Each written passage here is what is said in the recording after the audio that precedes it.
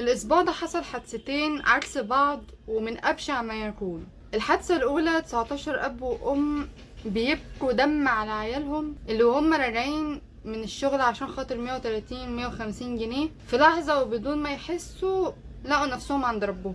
19 قصة كفاح ل 19 بنت اللي اشتغلت عشان تكمل دراستها، واللي اشتغلت عشان خاطر اخواتها، واللي اشتغلت عشان خاطر تساعد ابوها وامها في المصاريف، وحرفيا يقطعوا القلب. مش هعرض اي صور ومش هعرض اي قصص، كفايه اللي انتوا شفتوه والكفايه اللي انا شفته. اعتقد كان في بنتين او 3 لسه تحت الرعايه ولسه مش في كامل شفاهم. مش هتكلم عن اهمال سواق التريلا، ولا هتكلم عن اهمال اللي عمل الطريق اللي اوريدي بيحصل عليه كل يوم تقريبا حوادث. انا هركز اكتر على الاهالي اللي حزين واللي ندمان واللي هيموت ويرجع بنته واللي تقبل الامر وبقى راضي بالامر الواقع. على الجانب التاني هتلاقي اب وام تانيين، قصة حصلت من 2 أو 3 في البلكونة والمدة تزيد عن ساعة. اب وام نازلين على البت ضرب، بتصرخ بتصوت بتقوله ارحمني يا بابا، سامحني يا بابا، وهو نازل عليها ضرب وهي كل اللي طالع منها صريخ ووجع. انا بتخيل كده البنت بعد كمية الصريخ والضرب ده كله جسمها متشوه،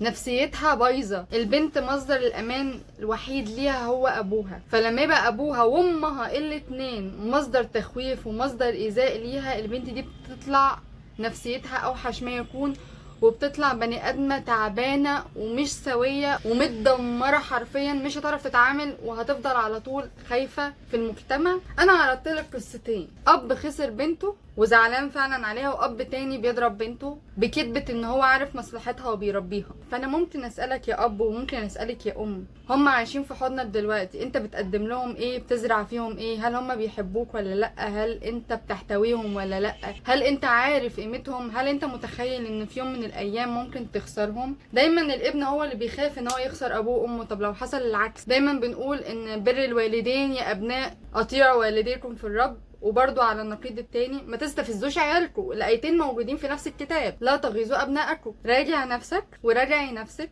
لان حتى لو هم ما جرالهمش حاجه لا قدر الله، انت اول واحد هتحصد اللي انت زرعته. لو كان قسوه، لو كان حب، لو كان احتواء، لو كان خوف، اللي زرعته هتحصده. وده باين في عيال كتير قوي في الجيل ده. مش بحرض الابناء ان هم يضربوا الاباء لا قدر الله، لا مش بقول كده، بس زي ما مطلوب من الابن ان هو يحترم ابوه، ارجوك احترم ابنك، احتويه، لبي احتياجاته حتى لو كان غلط. انت من واجبك تصحح له غلطه، ومش تفضل تعاقبه تعاقبه تعاقبه وتنظر عليه. اوكي؟ انت مصدر الامان لبنتك، انت مصدر الاحتواء لابنك. ده غرض الفيديو. انا ما كنتش مجمعه كلام، بس هو ده اللي طلع مني. اوكي، باي.